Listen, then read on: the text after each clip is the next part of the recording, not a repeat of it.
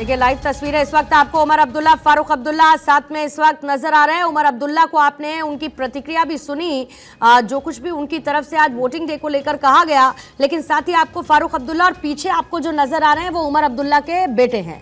उमर अब्दुल्ला के बेटे आपको पीछे तस्वीर में, साथ ही फारूक अब्दुल्ला, यानी कि 3 जनरेशंस इस वक्त साथ में है। फारूक अब्दुल्ला को सुन पाएंगे क्या हम, क्या कह रहे हैं?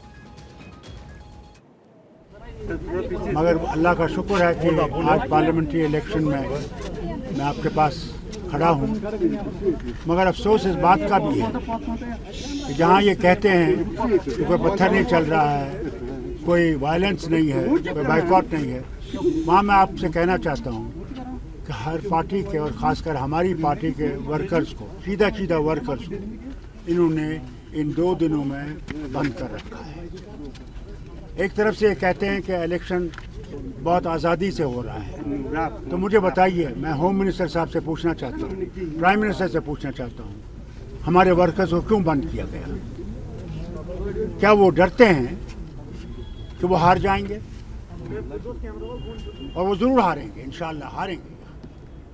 लेकिन प्रधानमंत्री कह रहे हैं कि तो आपने सुना फारूक अब्दुल्ला को एक बार फिर से उसी अग्रेसिव अंदाज में सरकार से सवाल पूछते हुए। फारूक अब्दुल्ला अपना वोट कास्ट करने के बाद श्रीनगर में उन्होंने अपना वोट डाला, फारूक अब्दुल्ला ने, जिसके बाद अभी आपने उनको सुना है, उनके साथ उमर अब्दुल्ला भी रहे और उमर अब्दुल्ला के बेटे भी नजर आए। लगातार हम आपको तस्वीरें दिखा रहे हैं। गुंटूर में टीडीपी के महासचिव नारा ने अपना वोट कास्ट किया है। इसके साथ ही मंदसौर में जगदीश देवड़ा ने, एमपी के डिप्टी सीएम, उन्होंने अपना वोट कास्ट किया है। वो तस्वीरें हम आपको लगातार दिखाते रहेंगे। मेहमानों का खास पैनल इस वक्त हमारे साथ मौजूद है। स्टूडियो में संजय राणा जी हैं। बाकी मेहमानों से आपका मैं तारुफ करवाऊंगी, लेकिन संजय राणा जी, तब तक मैं शुरू करती हूं आपके साथ, क्योंकि सबसे बड़ी बात यह है कि आज के इलेक्शन में ऐसी बहुत सारी सीटें, और हर फेज में हम बहुत इंपॉर्टेंट सीट्स की बात करते हैं, लेकिन फिर भी वीआईपी फेसेस हैं, उनकी किस्मत आज दांव पर है। लेकिन उससे पहले मैं उन 2 स्टेट्स का जिक्र करना चाहूंगी जो बहुत इंपॉर्टेंट नजर आते हैं, और वो दोनों हैं आंध्र प्रदेश और तेलंगाना। आंध्र प्रदेश और तेलंगाना में आज के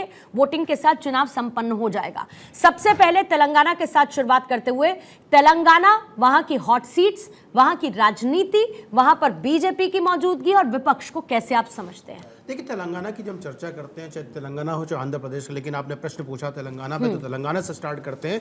बहुत ही इंपॉर्टेंट हो, देखिए जो भी 3 पार्टियों का एक तरह से कह सकते हैं वहाँ पे त्रिकोणी मुकाबला होता था, लेकिन त्रिकोणी से होकर के हट करके अब दो पार्टियों को मुकाबला हो। कहीं ना कहीं बीआरएस जो पार्टी थी, उसके बहुत सारे जो शीर्ष नेतृत्व था या नेता थे, वो कहीं ना कहीं किसी न किसी पार्टी में मर्ज हो गए या जाके ज्वाइन कर लिया है। और जहाँ पे भी देखिए जो मुकाबला होता है, जो 2014 हो जाए, 2019 का चुनाव है, जहाँ पे बीजेपी वर्सेस कांग्रेस डायरेक्ट होती है, तो उसमें एज हमेशा बीजेपी को मिलता है। और स्ट्राइकिंग रेट जो है पूर्णिमा, वो 90% है कांग्रेस के अगेंस्ट में। तो ये जब बीआरएस हटती है और सिर्फ बीजेपी और कांग्रेस का मुकाबला होता है, तो कहीं ना कहीं जो 4 सीट थी, वो 4 सीट का समीकरण बदल सकता है, क्योंकि बीआरएस के ना रहने से मुकाबला जो त्रिकोणी होता था, ना होकर के जो बीआरएस का वोटर था वो छटक करके, जो हो सकता कांग्रेस से नाराज हो या किसी और पार्टी से नाराज हो, तो मूव हो करके भारतीय जनता पार्टी की तरफ आ सकता है। जो टैली है वो हो सकती डबल की हो जाए भारतीय जनता पार्टी के लिए। नो डाउट कांग्रेस वहां पे काफी